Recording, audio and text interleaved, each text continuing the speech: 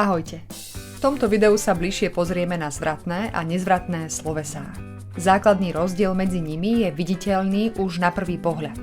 Zvratné slovesá majú pri sebe slovo sa alebo si, zatiaľ čo nezvratné slovesá tieto slová pri sebe nemajú.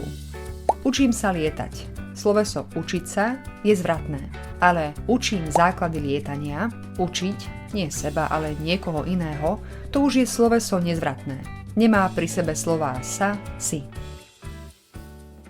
Príkladov sa nájde veľa. K zoznamu zvratných slovies by sme mohli pripísať veriť si, vážiť si, objednať si, umývať sa, trápiť sa, rozprávať sa. K nezvratným slovesám by sme mohli zasa pripísať veriť, vážiť, objednať, umývať, trápiť, rozprávať.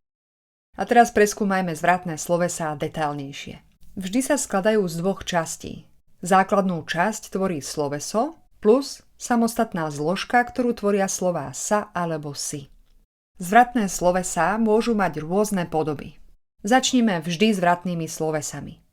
To sú také, v ktorých sa slová sa, si používajú záväzne a sú od slovesa neoddeliteľné.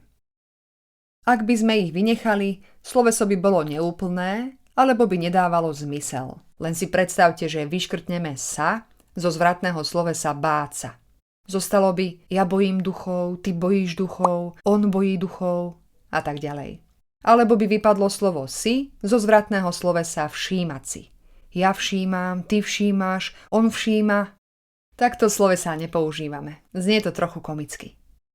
Takže preto im hovoríme vždy zvratné alebo len zvratné slovesá či stálo zvratné slovesá. Slová sa, si nemôžeme od slovesa odtrhnúť, sú jeho trvalou súčasťou. Držia vždy pohromade. Pozrime sa aj na ďalšie príklady vždy zvratných slovies. V kombinácii so slovom sa máme v slovenčine napríklad zdať sa, páčiť sa, pokúsiť sa, modliť sa, smiať sa.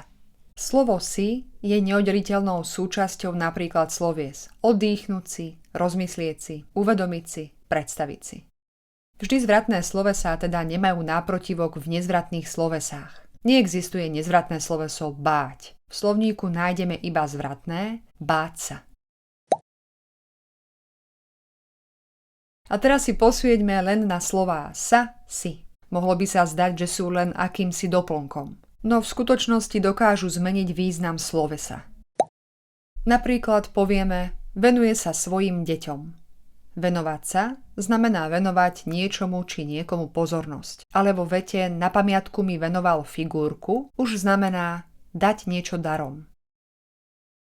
Poznáme aj také zvratné slovesá, ktoré tvorí sloveso plus zámená sa, si.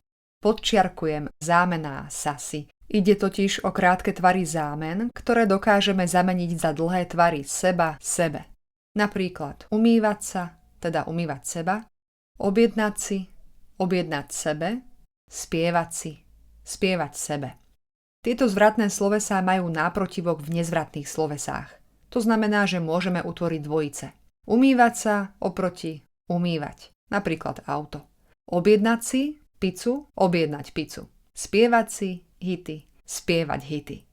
Všimnite si, že keď od týchto zvratných slovies oddelíme zvratné zámená sa, si, tak nám zostane nezvratné sloveso, ktoré má význam a vôbec ho nepociťujeme ako nezmyselné. Zámená sa, si môžu mať aj význam navzájom jeden druhého či jeden druhému. Porovnajte napríklad pomáhať, pomáhať si, rozumieť, rozumieť si, boskávať, boskávať sa. Na záver ešte drobná poznámka. Poznáme aj zvratné slovesá ako kosí sa, varí sa, predávajú sa. Tieto vznikli od nezvratných slovies kosiť, variť, predávať pridaním slova sa. Od predchádzajúcich slovies sa odlišujú tým, že pôvodcu deja nepoznáme.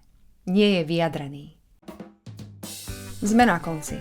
Pamätajte si, že zvratné slovesá sú také, ktoré majú pri sebe slovo sa alebo si. Napríklad umývať sa, spievať si. V rámci nich rozlišujeme vždy zvratné slovesá, od ktorých nemôžeme oddeliť slová sa, si.